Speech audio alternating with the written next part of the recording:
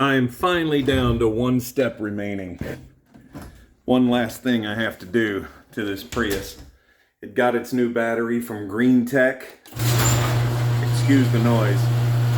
But if you remember, I told you when I first got this Prius that it had been a victim of a catalytic converter theft. So catalytic converter got stolen, and they also yanked the O2 sensor.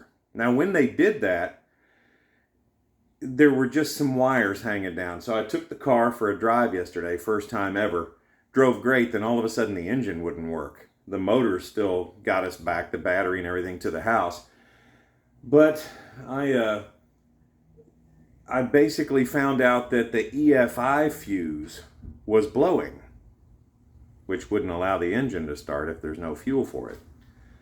So come to find out, after doing some searches online, I realized that the wires that were left hanging there that I've not changed out for the new O2 sensor yet were hanging down and touching the exhaust, and it was grounding out the wire, so that's what made it happen. So I'm going to go up under the car now, put it up on some ramps real quick, and change out that O2 sensor. You're going to see it's crazy easy to do this. Let's get started. That one in the plastic is the cheapest one I could find on Amazon. And it may or may not be an exact fit because there's a grommet. Anyway, we're going to start by, as you can see, I already have this out of the way, but we pull the carpet back. You see how seriously I'm taking this. I'm basically not even wearing shoes. But, see the plug right there? All we undo is that plug, pull it out, run this new one down through the floor, hook it up to the side of the pipe, and we're done. Let's undo this. There's the old one, just unsnapped. New one's already stuck down in there, and as I suspected, there is no grommet, so I guess I'm going to have to find a grommet in the garage to stick in there, but you're going to see how easy this is. It's downright crazy.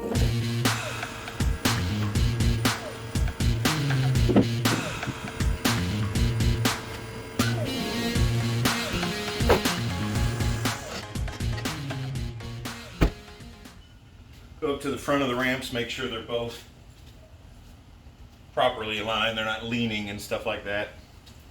Set your emergency brake, get up under there with an adjustable wrench, and you're either going to be taking out your old oxygen sensor or you're going to be taking out a plug because the unit down there is new on this car. All right, let's slide up under here. I'll show you what's up.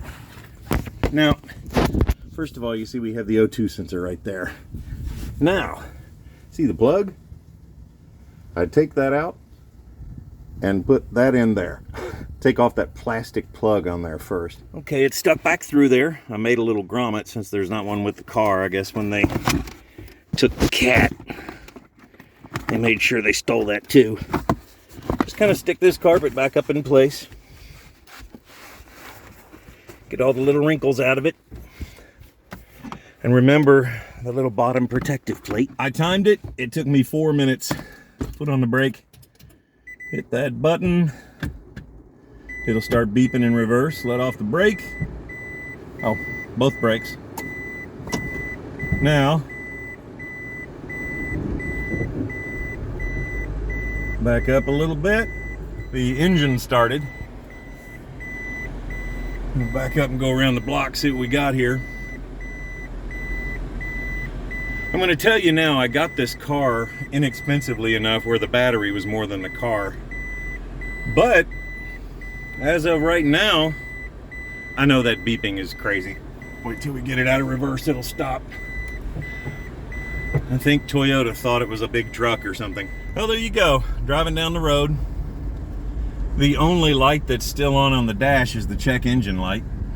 Everything else seems to be the way it's supposed to be. And I can hear that the engine's running. So hopefully now, taking a little cruise in it, it's not going to blow that EFI fuse again. Once again, if you do see, after someone has stolen your cat converter and you pop a new one on there, there's a real chance you forgot to put the O2 sensor in there.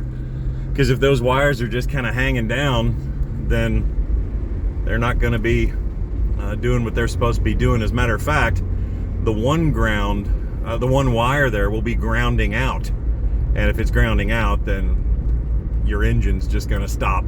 You're gonna have to get home on the battery like I did yesterday.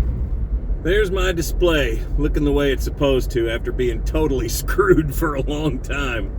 You'll notice the little car up in the upper left-hand corner, the green one. That means the car's happy, and that's just showing energy going to the battery from the engine and the other way around and all that kind of stuff. And the current 99.9 miles per gallon just means that it's currently running on just total electricity.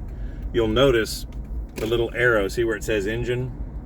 Now watch when I hit the gas a little bit and it fires up the engine. See it going out? And now it'll show that it's going into the battery. Well, the battery doesn't need to be charged. It's already high enough, but you see those little arrows and they're changing as you, yeah, it's pretty cool. I got lucky.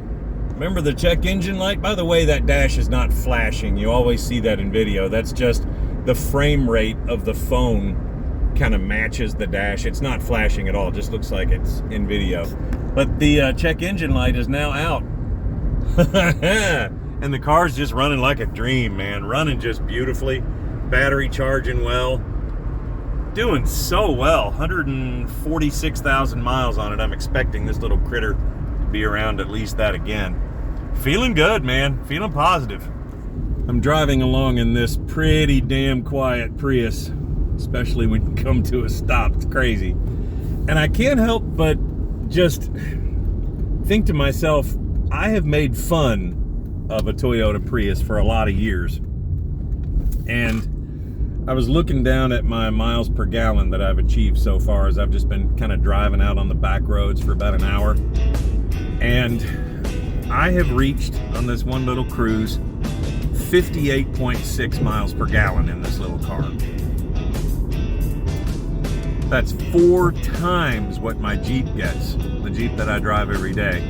That's 6 times what my Hummer H2 gets. And even my little aerodynamic Corvette with a 6-speed, it's over double that.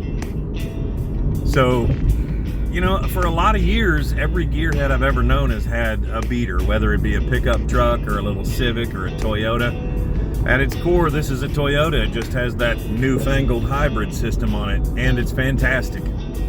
This has 146,000 miles on it, and I see it doing that again easily. It's a very tight little car. The struts are making a little noise in the front, but the cruise works, the AC works, and it's got new tires on it. It's hard to beat this. And I'm going to be hauling back the Hummer's transmission and transfer case in the back of it, and a set of rods and pistons for the Corvette Z06 383 stroker engine in the back. So it's going to be doing gearhead stuff. It's just going to be getting a crap ton more MPGs. Man, I highly recommend a Gen 2, which is 05 to 09, I believe. Maybe 04 to 09, but anyway, it's this generation, what they call a Gen 2. It's got the cast iron block and the cast iron head, and because of that, it's not very susceptible to like head gaskets and stuff like that. The very next generation started having way more problems than this one. But I've been driving it now for about 40 miles, and I mean, geez, that gas gauge is still just pinned to the full mark. I have a feeling I'm gonna have to get used to that. Pretty cool.